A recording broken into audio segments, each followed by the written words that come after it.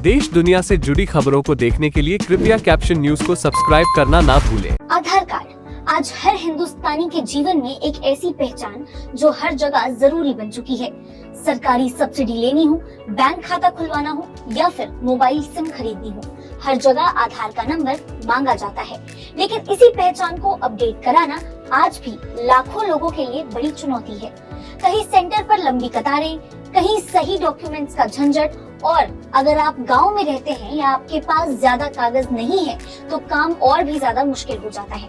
एक सर्वे के मुताबिक हर 3 में से 1 व्यक्ति को आधार अपडेट कराने में दिक्कत होती ही है, खास तौर पर बेघर लोग और थर्ड जेंडर के लोगों को। इनके लिए ये सबसे बड़ी आफत, सबसे बड़ी परेशानी बन जाती है, क्योंकि कई बार तो इनकी पहचान ही गलत दर्ज हो जाती है। अब इसी परेशानी को कम करने के लिए UIDAI यानी unique identification authority of India एक बड़ा कदम उठा रहा है।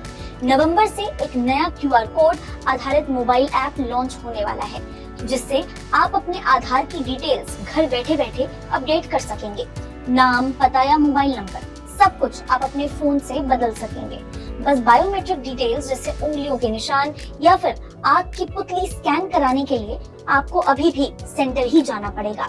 अब इसी के साथ कई सवाल भी खड़े होते हैं, जैसे क्या ये नया ऐप हर किसी के लिए उतना ही आसान होगा? क्या गांव में रहने वाला कोई बुजुर्ग जिसे मोबाइल शायद ठीक से चलाना भी ना आता हो, वो इसे इस्तेमाल कर पाएगा?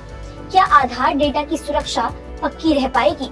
क्योंकि अब तो ये एक ऐप अलग अलग सरकारी डेटाबेस जैसे कि pan card, passport, ration card, बिजली का बिल सबसे मिलकर डेटा चेक करेगा। ऐसे में अगर सिस्टम में कोई सेंध लग गई तो नुकसान कितना बड़ा हो सकता है। कहानी शुरू होती है उन दिनों से जब आधार पहली बार हमारे हाथों में आया था। सरकार ने कहा ये एक यूनिक आईडी होगी जो जिंदगी भर काम आएगी। हर कोई खुश था कि राशन से लेकर बैंक खाते तक सब कुछ एक नंबर से ही जुड़ जाएगा। लेकिन समय के साथ साथ लोग दूसरी जगह शिफ्ट हो गए, शादियां हुई, पते बदल गए, एड्रेस बदल गए, मोबाइल नंबर भी बदल गए। तब लोगों को समझ में आना शुरू हुआ कि आधार एक्चुअल में अपडेट करवाना इतना कोई आसान खेल नहीं है।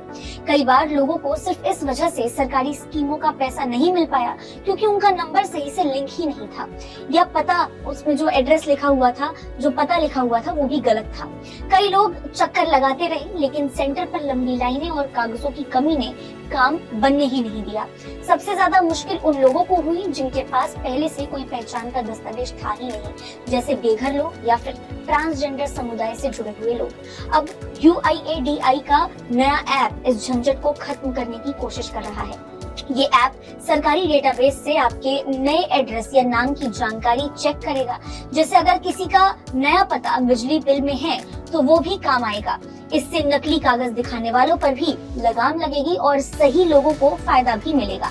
लेकिन ये तभी होगा जब लोग को इस नए सिस्टम के बारे में जानकारी मिल पाएगी, जानकारी होगी। गांव के दूर दराज इलाके में आज भी लोग डिजिटल काम से डरते हैं।